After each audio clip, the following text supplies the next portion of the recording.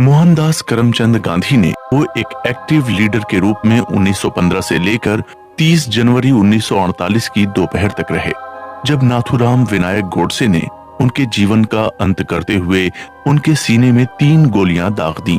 इसके बाद नाथूराम गोडसे ने प्रशासन के सामने सरेंडर कर दिया।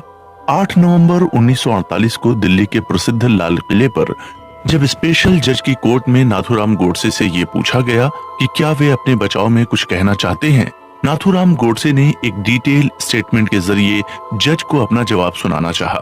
इस स्टेटमेंट के पब्लिकेशन पर बैन लगा हुआ है। चीफ प्रोसिक्यूटर CK दफ्तरे ने नाथूराम गोडसे को कोर्ट में स्टेटमेंट पढ़ने की इजाजत तो नहीं दी, लेकिन उन्होंने इसे अपने खिलाफ लगाए आरोपों के बचाव में सबमिट करने की इजाजत दे दी। प्रोसिक्यूटर ने पाया कि मर्डर केस मामले में नाथूराम के साथ सभी गवाह, महात्मा गांधी के साथ साथ मौजूदा रूलिंग पार्टी तक के तथ्यों पर रोशनी डाली जानी चाहिए। जनता इस मामले पर कोर्ट की ओर से शुरू से लेकर अंत तक सभी सच्चाई जानना चाहती थी। इसलिए जज श्री आत्मचरण ने वकील से कहा, मैं किस कारण जांच को रोकूं? मुझे कानूनन इसके लिए कोई वजह चाहिए, कोई ठोस कारण चाहिए ताकि मैं सारे चार्ज हटा सकूं। तो ऐसे में आपके पास कोई अथॉरिटी या कानूनी सबूत या ऐसा कोई कारण है जो आपके विरोध को सपोर्ट कर सके?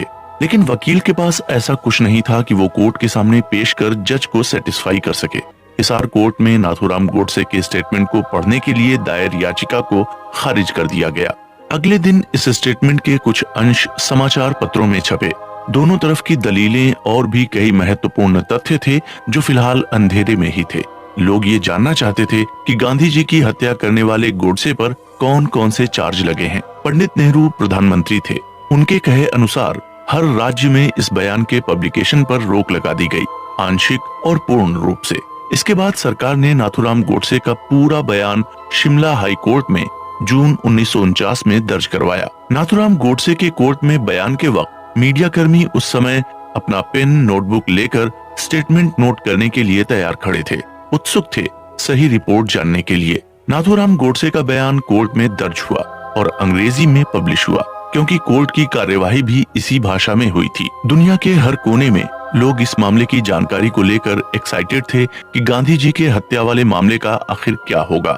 लोग आश्चर्य में थे कि वो कैसा आदमी होगा जिसने महात्मा गांधी को मारा। उस समय के कुछ जाने माने लेखकों ने इस विषय पर लिखा। उन्होंने उस समय के हालात, जमीनी हकीकत, जजमेंट और उपलब्ध आंकड़ों पर खूब लिखा, क्योंकि शायद वो जानते थे कि वो इतिहास लिख रहे हैं और आज की जनता भी यही पढ़ना चाहती है।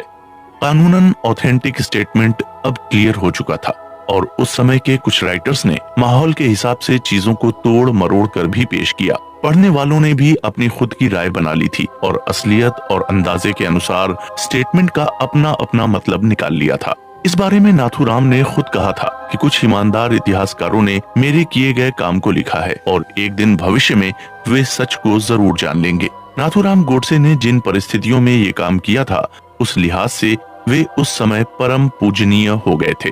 लेखक गोपाल गोडसे नाथूराम गोडसे के छोटे भाई हैं और महात्मा गांधी मर्डर केस में शामिल रहे थे। वे बेहद शर्मिंदा थे और अक्टूबर 1964 में जेल से रिहा हुए, लेकिन 1 महीने बाद एक अन्य मामले में फिर से गिरफ्तार किए गए और फिर 1 साल तक जेल में रहे। फाइनली 1965 में उन्हें रिहा कर दिया गया। गांधीवादी विचारधारा के लोगों के द्वारा नाथूराम और आप्टे का विरोध होना निश्चित था। अपनी मर्जी से नाथूराम गोडसे ने अपने छोटे भाई दत्तात्रेय को ये बयान पब्लिक करवाने के लिए कहा था। जैसा लेखक ने लिखा है, वो हादसा 15 अगस्त 1947 ब्रिटिश हुकूमत के अंत के बाद ही बंटवारे का ऐलान हो गया। भारत और पाकिस्तान अलग अलग हो गए। लोगों का पलायन जारी था, दंगे हो रहे थे, मौतें हो रही थीं, लूट रेप से पूरा मुल्क परेशान था और ऐसे में गांधी जी मुस्लिमों के हितैषी और हिंदुओं के विरोधी के रूप में अपनी इमेज बिगाड़ चुके थे। राज्यों के बंटवारे को लेकर काफी मुश्किलें थी। हैदराबाद के निजाम गांधी जी की आज्ञा का पालन नहीं करने वाले थे और वे कश्मीर पर अटैक करने के बारे में सोच रहे थे।